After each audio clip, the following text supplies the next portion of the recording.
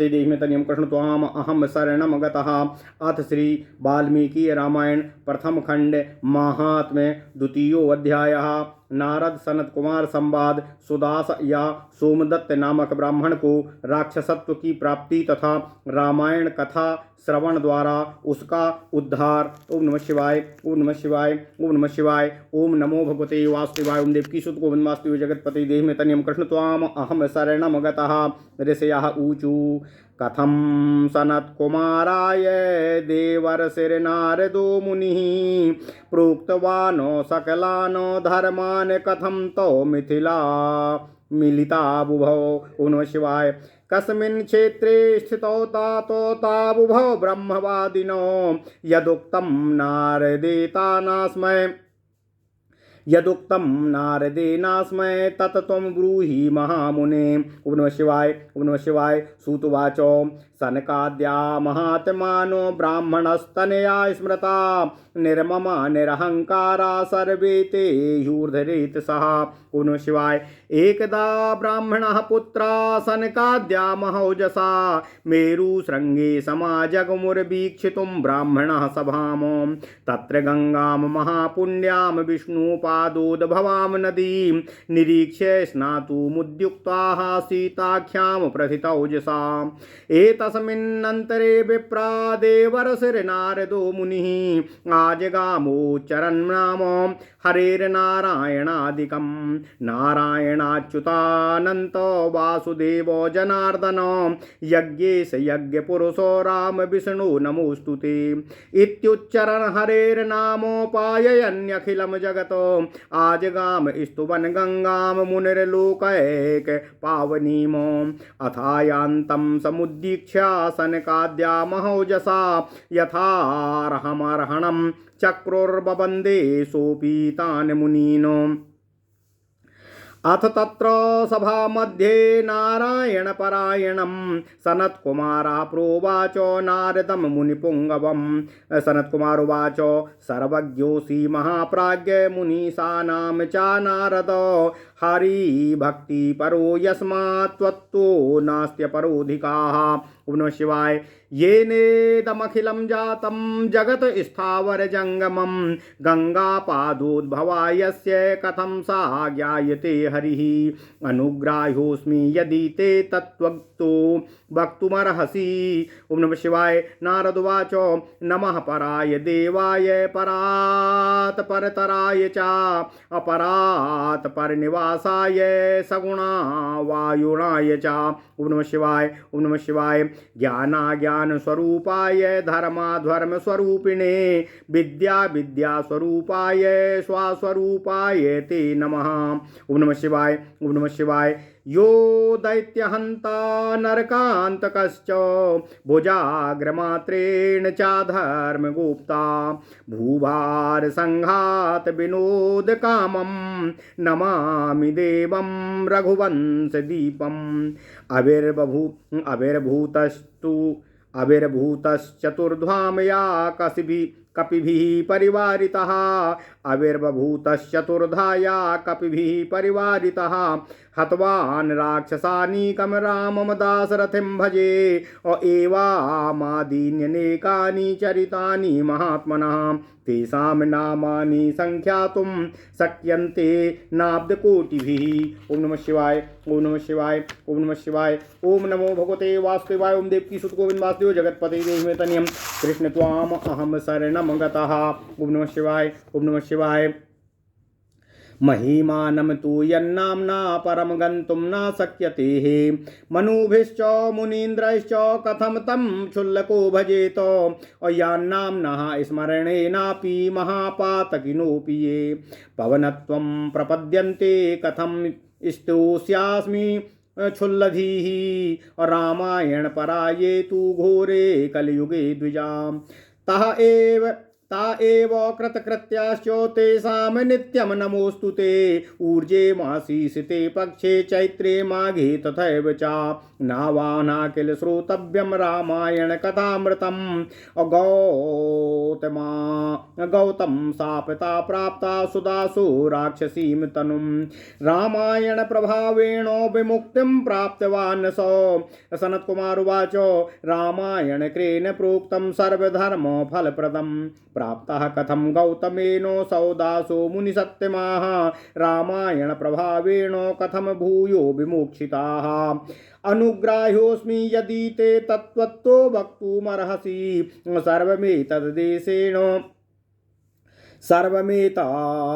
सर्वमेतदशेषेणो मुनेनो वक्तुमर्हसि शृण्वतां वदतां चैव कथां पापविनाशिनी। ओम नमः शिवाय। ओम नमः शिवाय। विप्रोवाच भगवान् शृणु रामायण विप्रं यद वाल्मीकि मुखोद्गतं नावान्या खलु श्रोतव्यं रामायण कथामृतम् आस्ते कृतयुगे विप्रो धर्म कर्म विशारदा सोमदत्ता इति ख्यातो नाम्ना धर्मपरायणा विप्रस्तु गौतमाख्येन मुनिना ब्रह्मवादिनाः श्राविणा सर्वधर्मश्च गंगातीरे मनोरमे अपुराण शास्त्र कथनैस्तेनासो बोधितोऽपि च श्रुतवान् सर्वधर्मानो ते नोक्तानखिलानपि कदाचित् परमेशस्य परिचर्या परो भवतो उपस्थितायापि तस्मै प्रमाणं न चकार सा तु न शान्तो महाबुद्धिर्गौतमस्तेजसां निधिः शास्त्रोदितानि कर्माणि करोति सामुदं ययोः यत्त्वार्चितो महादेवा शिवा सर्वो जगद्गुरुः। ओम नमः शिवाय। गुरुवज्ञाकृतं पापं राक्षसत्वे नियुक्तवान् उवाच प्राञ्जलिर्भूत्वा विनयेषु च कोविदः। ओम नमः शिवाय। विप्रोवाच भगवान् सर्वधर्मज्ञ सर्वदर्शनि सुरेश्वराः क्षमस्व भगवान् सर्वमपराधः कृतो मया। गौतम उवाच ऊर्जे मासे शिते पक्षे रामायण कथामृतं नावान्या चैव श्रोतव्यं भक्तिभावेन सादरम् नान्यान्तिकं भवेदे तद्द्वादशाब्दं भविष्यति। विप्रोवाच केन रामायणं प्रोक्तं चरितानि तु कस्य वयः एतद् सर्वं महाप्राज्ञो संक्षेपाद् वक्तुमर्हसि मनसा प्रीतिमापन्नो बबन्धे चरणो गुरुः। ओम नमः शिवाय। गौतम उवाच शृणु रामायणं विप्रम वाल्मीकि मुनिना कृतं येन रामावतारेण राक्षसा रावणादयः हतास्तु देवकार्यं हि चरितं तस्य तच्छृणु कार्तिके चासिते पक्षे कथा रामायणस्य तु नवमे हनि श्रोतव्यं सर्वपापप्रणाशिनी इत्युक्त्वा चार्थसम्पन्नो गौतमः स्वाश्रमं ययौ। ओम नमः शिवाय। विप्रोऽपि दुःखमापन्नो राक्षसीं तनुमाश्रिताः अच्युतपीडिता पिपासार्तो नित्यं क्रोधपरायणाः कृष्णपक्षाद्युतिर्भियो बभ्रामो विजने वने मृगाश्च विविधांश तत्र मनुष्याश्च सरीसृपानो अभेगानो प्लावगाश्चैव अप्रसाभात्तान् भक्षयत अस्थिर्भिर्बहुभिर्विप्राः अपीतरक्तकलेवरैः रक्तादप्रेतकैश्चैव तेनासीद् भूर्भयङ्करीः ऋतुत्रये सा पृथिवीं शतयोजन विस्तराम कृत्वाति दुःखितां पश्चाद्वानन्तरमगानत् पुनः कृत्वाति दुःखितां पश्चाद्वानन्तरमगात् पुनः। ओम नमः शिवाय। तत्रापि कृतवान् नित्यं नरमासासनं तदाह जगामो नर्मदा तीरे सर्वलोको भयङ्करा एतस्मिन्नन्तरे प्राप्तो कश्चित् विप्रोति धार्मिकाः कलिङ्गदेशसम्भूतो नाम्ना गर्गम इति स्मृताः अवहन् गङ्गाजलं स्कन्धे स्तुवन् विश्वेश्वरं प्रभुं गायन् नामानि रामस्य समायातोति हर्षिताः। ओम तमायन्तं मुनिं दृष्ट्वा सुदासो नाम राक्षसा प्राप्तो नः अपरेणित्युक्त्वा भुजा बुद्धम्य तं ययौ तेन कीर्तितनामानि श्रुत्वा दूरे व्यवस्थिताः। ओम नमः शिवाय। असक्तस्तं द्विजं हन्तुमिदमुचे सा राक्षसाः। राक्षसुवाचो अहो भद्र महाभागम नमस्तुभ्यं महात्मनेः। और नमस्मरणमात्रेण नामस्मरणमात्रेण राक्षसा अपि दूरगाः माया प्रभक्षिता पूर्वं विप्राः कोटिसहस्रशाः। नाम प्रावरणं विप्रो रक्षति त्वां महाभयात्। और नाम स्मरण मात्रेण राक्षसा अपि भूभयं पराम शान्तिं और समापन्नाः महिमा कोचु तस्य हि सर्वथा त्वं महाभागो रागादिरहितो द्विजाः। रामकथा प्रभावेणोपाह्यास्मात् पातकाधमात् गुरुवज्ञा मया पूर्वं कृता च मुनि सत्यमाः कृतश्चानुग्रहा पश्चाद् गुरुणो भक्ति गुरुणोक्तमिदं वचाः। वाल्मीकि मुनिनाम पूर्वं कथा रामणस्य चाह ऊर्जे मासे सिते पक्षे श्रोतव्या च प्रयत्नताः। गुरुणापि पुनः प्रोक्तं रम्यं तु सुविदं वचाः नावान्या खलु श्रोतव्यं रामायण कथामृतं। तस्माद् ब्रह्मन् महाभागो सर्वशास्त्रार्थको विदः कथा श्रवणमात्रेणोपाह्यासमात् पापकर्मणाः। नारदुवाचो ततो रामायणं ख्यातं राम माहात्म्यमुत्तमं निशम्या विस्मयाविष्टो बभूवो द्विजसत्यमाः। ततो विप्रा कृपाविष्टो राम नाम परायणा सुदास राक्षसं नामो चेदं वाक्यमथा ब्रवीतो। विप्रवाचो राक्षसेन्द्रो महाभागो मतिस्ते विमला भवतो अस्मिन्नूर्जे स्थिते पक्षे रामायण कथां शृणु त्वं राम माहात्म्यं राम भक्ति परायणा राम ध्यानोपराणां च कः समर्थो प्रबाधितुं। राम ध्यानोपराणां च कः समर्थः प्रबाधितुं। राम भक्ति परो यत्र तत्र ब्रह्मा हरि शिवः तत्र देशाश्च सिद्धाश्च रामायण परा नराः। और तस्मादूर्जे स्थिते पक्षे रामायण कथां शृणु नावानो खलु श्रोतव्यं सावधानो सदा भव। ओम नमः शिवाय। इत्युक्त्वा कथयामास रामायण कथां मुनिः। कथा श्रवण मात्रेण राक्षसत्वमपाकृतम् अभिसृज्य राक्षसं भवो अमभवदो देव तोपमाः। कोटि सूर्य प्रतीकासो नारायण समप्रभः असंख्य चक्र गदा पाणेर हरे सद्म जगाम सः स्तुवन्तम् अब्राह्मणं सम्यग् जगाम हरिमन्दिरम्। ओम नमः शिवाय। ओम नमः शिवाय। नारदवाचो तस्मात् शृणुध्वं विप्रेन्द्राः रामायण कथामृतम् और सह तस्य महिमा तत्र ऊर्जे महसि चा कीर्त्यते और यन्नाम स्मरणादेव महापातक कोटिभिः विमुक्ता सर्व पाप्योभ्यो नरो याति पराम गतिम्। रामायणेति यन्नामो असाकृदप्युच्यते यदा तदैव पाप निर्मुक्तो विष्णुलोकं सा गच्छति। ये पठन्ति सदाख्यानं भक्त्या शृण्वन्ति ये नरः गंगा स्नानाच्छत्तगुणं तेषां संजायते फलम्। ओम नमः शिवाय। ओम नमः शिवाय। ओम नमः शिवाय। ओम नमो भगवते वासुदेवाय। ओम देवकी सुत गोविंद वासुदेव जगतपति देहि मे तनियं कृष्ण त्वाम अहम शरणं गतः। ओम नमः शिवाय। ओम नमः शिवाय। ओम नमः शिवाय। ओम नमो भगवते वासुदेवाय। ओम देवकी सुत गोविंद वासुदेव जगतपति देहि मे तनियं कृष्ण त्वाम अहम शरणं गतः। अथ श्री वाल्मीकि रामायण प्रथम खंड महात्म्य का द्वितीय अध्याय। ओम नमः शिवाय। ओम नमः शिवाय। नारद सनत कुमार संवाद। सुदास सोमदत्त नामक ब्राह्मण को राक्षसत्व की प्राप्ति तथा रामायण कथा श्रवण द्वारा उससे उसका उद्धार। ओम नमः शिवाय। ओम नमः शिवाय।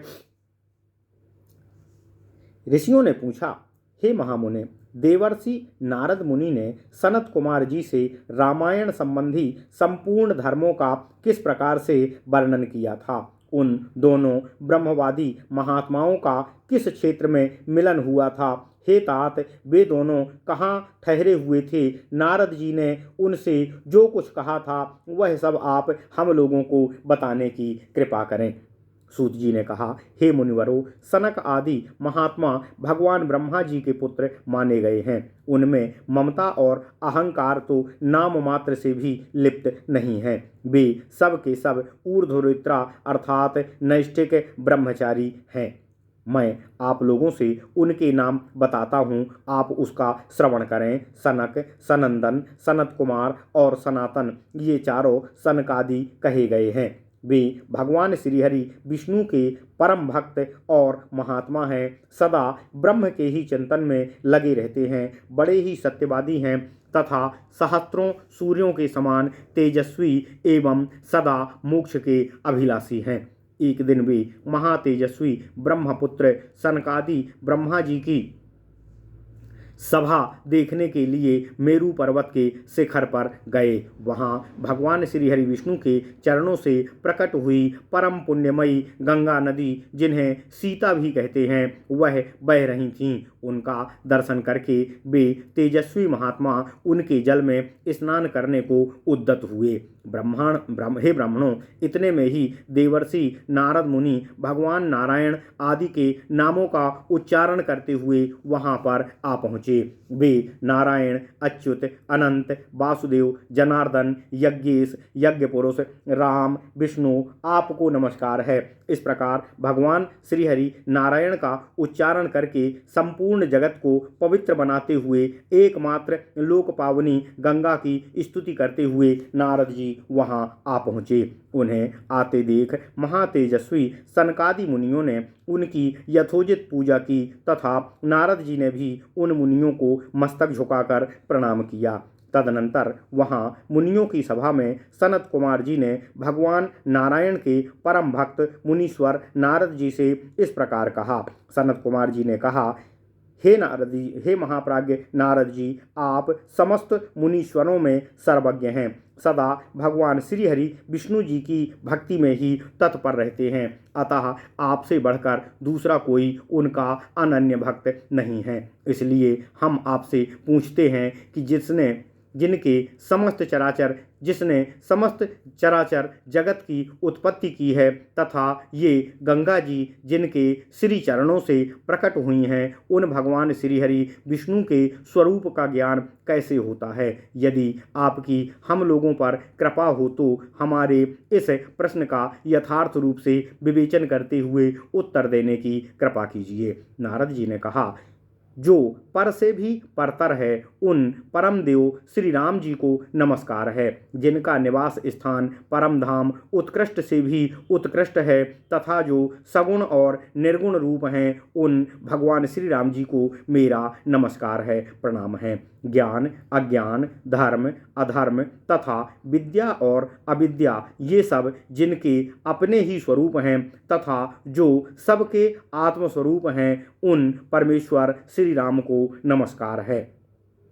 जो दैत्यों का विनाश और नरक का अंत करने वाले हैं, जो अपने हाथ के संकेत मात्र से ही अथवा अपनी भुजाओं के बल से धर्म की रक्षा करते हैं, पृथ्वी के भार का विनाश जिनका मनोरंजन मात्र है और जो उस मनोरंजन की सदा अभिलाषा रखते हैं, उन रघुकुल दीप भगवान श्री रामदेव जी को नमस्कार है। जो एक होकर भी चार स्वरूपों में अवतीर्ण होते हैं, जिन्होंने वानरों के साथ लेकर राक्षस सेना का संहार किया था, उन दशरथ नंदन भगवान श्री रामचंद्र जी का मैं सदा भजन करता हूँ। भगवान श्री राम के ऐसे ही अनेक चरित्र हैं। ओम नमः शिवाय, ओम नमः शिवाय, जिनके नाम करोड़ों वर्षों में भी नहीं गिनाए जा सकते हैं, जिनके नाम की महिमा का मनु और मुनीश्वरों ने भी पार नहीं पाया है, वहाँ मेरे जैसे क्षुद्र जीव की पहुँच भी कैसे हो सकती है? जिनके नाम के स्मरण मात्र से ही बड़े बड़े पातिकी भी पावन बन जाते हैं, उन परमात्मा का स्तवन मेरे जैसा तुच्छ बुद्धि वाला प्राणी कैसे कर सकता है। नारद जी कहते हैं, जो द्विज घोर कलयुग में रामायण कथा का आश्रय लेते हैं वे ही कृतकृत्य होते हैं, उनके लिए तुम्हें सदा नमस्कार करना चाहिए। सनत कुमार जी, भगवान की महिमा को जानने के लिए कार्तिक, माघ और चैत्र के शुक्ल पक्ष में रामायण की अमृतमयी कथा का नवाह श्रवण करना चाहिए। ब्राह्मण सुदास गौतम के शाप से राक्षस शरीर को प्राप्त हो गए थे, परंतु रामायण के प्रभाव से ही उन्हें उस राक्षसों के शाप से छुटकारा मिला था। सनत कुमार जी कहते हैं, हे मुनिश्रेष्ठ, संपूर्ण धर्मों का फल देने वाली रामायण कथा का किसने वर्णन किया है। सौदास को गौतम द्वारा कैसे श्राप प्राप्त हुआ, फिर वे रामायण के प्रभाव से किस प्रकार से शाप से मुक्त हुए थे। मुनि, यदि आपका हम लोगों पर विशेष अनुग्रह हो तो सब कुछ ठीक ठीक विस्तार से हमें बताने की कृपा कीजिए। इन सारी बातों से हमें अवगत कराने की कृपा कीजिए, क्योंकि भगवान श्री राम की कथा वक्ता और श्रोता दोनों के ही पापों का नाश करने वाली है। नारद जी ने कहा, हे ब्राह्मणों, हे सनत कुमारों, रामायण का प्रादुर्भाव महर्षि वाल्मीकि के मुख से हुआ है, तुम उसी को श्रवण करो। रामायण की अमृतमयी कथा का श्रवण 9 दिनों में करना चाहिए। सतयुग में एक ब्राह्मण थे जिन्हें धर्म अधर्म का विशेष ज्ञान था। उनका नाम था सोमदत्त। वे ही सौदास के नाम से भी जाने जाते हैं। वे सदा धर्म के पालन में ही तत्पर रहते थे। वे ब्राह्मण ने ब्रह्मवादी गौतम मुनि से गंगा जी के मनोरम तट पर संपूर्ण धर्मों का उपदेश सुना था। गौतम जी ने पुराणों और शास्त्रों की कथाओं द्वारा उन्हें तत्व का ज्ञान कराया था। सौदास ने गौतम से उनके बताए हुए संपूर्ण धर्मों का श्रवण किया था। एक दिन की बात है, सौदास परमेश्वर भगवान शिव की आराधना में लगे हुए थे। उसी समय वहां उनके गुरु गौतम जी का आगमन हुआ, परंतु सौदास ने अपने निकट आए हुए गुरु को सादर प्रणाम नहीं किया। परम बुद्धिमान गौतम तेज की निधि थे। वे शिष्य के बर्ताव से रुष्ट होकर शांत ही बने रहे। उन्हें यह जानकर प्रसन्नता हुई कि मेरा शिष्य सौदास शास्त्रोक्त कर्मों का अनुष्ठान कर रहा है, इसलिए उसने ऐसा नहीं किया। किंतु सौदास ने जिनकी आराधना की थी वे संपूर्ण जगत के गुरु महादेव शिव गुरु की अवहेलना से होने वाले पाप को सह न सके। उन्होंने सौदास को राक्षस की योनि में जाने का शाप दे दिया। तब विनय कला कोविद ब्राह्मण ने हाथ जोड़कर गौतम से कहा। ब्राह्मण बोले, संपूर्ण धर्मों के ज्ञाता सर्वदर्शी सुरेश्वर भगवान, मैंने जो अपराध किया है वह सब आप क्षमा करने की कृपा कीजिए। गौतम ने कहा, हे वत्स, कार्तिक मास के शुक्ल पक्ष में तुम रामायण की अमृतमयी कथा को भक्तिभाव से आदरपूर्वक श्रवण करो। इस कथा को 9 दिनों में सुनना चाहिए। ऐसा करने से यह शाप अधिक दिनों तक तुम्हारे ऊपर प्रभावशाली नहीं रहेगा। केवल 12 वर्षों में ही यह समाप्त हो जाएगा। ब्राह्मण ने पूछा, हे महर्षि गौतम जी, रामायण की कथा किसने कही है तथा उसमें किसके चरित्रों का वर्णन किया गया है। हे महामते, यह सब मुझे संक्षेप में बताने की कृपा करें। यूं कहकर मन ही मन में प्रसन्न हो सौदास ने गुरु के चरणों में प्रणाम किया। गौतम ऋषि ने कहा, हे सौदास, रामायण कथा का निर्माण वाल्मीकि मुनि के द्वारा किया गया है। जिन भगवान श्री राम ने अवतार ग्रहण करके रावण आदि राक्षसों का संहार किया और देवताओं का कार्य संपन्न किया, उन्हीं के चरित्र का रामायण काव्य में विस्तार से वर्णन किया गया है। तुम उसी भगवान श्री राम के चरित्र का श्रवण करो। कार्तिक मास के शुक्ल पक्ष में 9वें दिन अर्थात प्रतिपदा से 9वीं तक रामायण की कथा सुननी चाहिए। वह समस्त पापों का नाश करने वाली है। ऐसा कहकर पूर्णकाम गौतम ऋषि अपने आश्रम को प्रस्थान कर गए। इधर सोमदत्त नामक ब्राह्मण ने दुखमग्न होकर राक्षस शरीर का आश्रय ग्रहण किया। वे सदा भूख प्यास से पीड़ित तथा क्रोध के वशीभूत रहते थे। उनके शरीर का रंग कृष्ण अर्थात काला हो गया था। वे भयानक राक्षस होकर निर्जन वन में भ्रमण करने लगे। वहां वे नाना प्रकार के पशुओं, मनुष्यों, सांप, बिच्छू आदि जंतुओं, पक्षियों और जानवरों को बलपूर्वक पकड़कर खा जाते थे। हे ब्रह्मर्षियों, नारद जी ने कहा, उस राक्षस के द्वारा यह पृथ्वी बहुत ही हड्डियों तथा लाल पीले रंग वाले रक्तपाई प्रेतों से परिपूर्ण हो अत्यंत भयंकर दिखाई देने लगी थी। 6 महीने में ही 100 योजन विस्तृत भूभाग को अत्यंत दुखित करके वह राक्षस पुनः दूसरे किसी वन में चला गया। वहां भी वह प्रतिदिन नरमांस का भोजन कर रहा था। संपूर्ण लोगों के मन में भय उत्पन्न करने वाला वह राक्षस घूमता फिरता हुआ नर्मदा नदी के तट पर जा पहुंचा। इसी समय कोई अत्यंत धर्मात्मा ब्राह्मण उधर आ निकले। उनका जन्म कलिंग देश में हुआ था। लोगों में वह गर्ग नाम से विख्यात थे। ओम नमः शिवाय, ओम नमः शिवाय, ओम नमः शिवाय। ओम नमो भगवते वासुदेवाय। ओम देवकी सुत गोविंद वासुदेव जगतपते देहि मे तनियम कृष्ण त्वाम अहम शरणम गतः। अपने कंधे पर गंगा जल लिए हुए भगवान विश्वनाथ की स्तुति तथा श्री राम के नामों का कीर्तन करते हुए वह ब्राह्मण बड़े हर्ष और उत्साह से भरकर उस पुण्य प्रदेश में आए थे। गर्ग मुनि को आते देख राक्षस सुदास बोल उठा, हमें भोजन प्राप्त हो गया। ऐसा कहकर अपनी दोनों भुजाओं को ऊपर उठाए हुए वह मुनि की ओर चला, परंतु उनके द्वारा उच्चारित होने वाले भगवान नामों को सुनकर वह दूर ही खड़ा रहा। उन ब्रह्मर्षि को मारने में असमर्थ होकर राक्षस उनसे इस प्रकार बोला। राक्षस ने कहा, यह तो बड़े आश्चर्य की बात है। हे भद्र, हे महाभाग, आप महात्मा को मैं नमस्कार करता हूँ। आप जो भगवान नामों का स्मरण कर रहे हैं, इतने से ही राक्षस भी दूर भाग जाते हैं।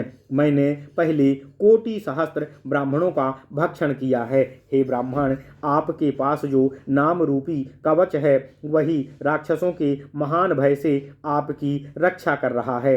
आपके द्वारा किए गए नाम स्मरण मात्र से ही हम राक्षसों को भी परम शांति प्राप्त हो रही है। यह भगवान अच्युत की कैसी महिमा है। हे महाभाग ब्राह्मण, आप श्री राम कथा के प्रभाव से सर्वथा राग आदि दोषों से रहित हो गए हैं। अतः आप मुझे इस अधम पातक से बचाने की कृपा कीजिए। मुनि श्रेष्ठ गर्ग जी ने कहा, मैंने पूर्व काल में अपने गुरु की मुनि श्रेष्ठ गर्ग जी से कहते से वह राक्षस कहता है कि हे मुनि, मैंने पूर्व काल में अपने गुरु की अवहेलना की थी। फिर गुरु जी ने मुझ पर अनुग्रह किया और यह बात कही थी। पूर्व काल में वाल्मीकि मुनि ने जो रामायण की कथा कही है, उसका कार्तिक मास के शुक्ल पक्ष में प्रयत्न पूर्वक श्रवण करना चाहिए। इतना कहकर गुरुदेव ने पुनः यह सुंदर एवं शुभदायक वचन कहा कि रामायण की अमृत कई कथा दिनों दिन सुननी चाहिए। अतः संपूर्ण शास्त्रों के तत्व को जानने वाले महाभाग ब्राह्मण, आप मुझे रामायण कथा सुनाकर इस पाप कर्म से मेरी रक्षा करने की कृपा कीजिए। नारद जी कहते हैं, हे सनत कुमार जी, उस समय वहां राक्षस के मुख से रामायण का परिचय तथा भगवान श्री राम के उत्तम महात्म का वर्णन सुनकर द्विज श्रेष्ठ गर्ग जी आश्चर्यचकित हो उठे। भगवान श्री राम का नाम ही उनके जीवन का अवलंब था। वे ब्राह्मण देवता उस राक्षस के प्रति दया भाव से द्रवित हो गए और सुदास से इस प्रकार बोले। ब्राह्मण गर्ग जी मुनि ने कहा, हे महाभाग राक्षस राज, तुम्हारी बुद्धि निर्मल हो गई है। इस समय कार्तिक मास का शुक्ल पक्ष ही चल रहा है। इसमें रामायण की कथा सुनो। राम भक्ति परायण राक्षस, तुम भगवान श्री रामचंद्र जी के महात्म्य को श्रवण करो। भगवान श्री रामचंद्र जी के ध्यान में तत्पर रहने वाले मनुष्यों को बाधा पहुंचाने में कौन समर्थ हो सकता है। जहां भगवान श्री राम का भक्त है, वहां ब्रह्मा विष्णु और शिव सदा विराजमान रहते हैं। वही देवता सिद्ध तथा रामायण का आश्रय लेने वाले मनुष्य हैं। ओम नमः शिवाय। अतः इस कार्तिक मास के शुक्ल पक्ष में तुम रामायण की कथा का मुझसे श्रवण करो। 9 दिनों तक तुम इस कथा को सुनने का विधान है, अतः तुम सदा सावधान होकर 9 दिनों तक मुझसे इस कथा का श्रवण करो। ऐसा कहकर गर्ग मुनि ने उससे रामायण की कथा सुनाना प्रारंभ किया। कथा सुनते ही उसका राक्षसत्व दूर हो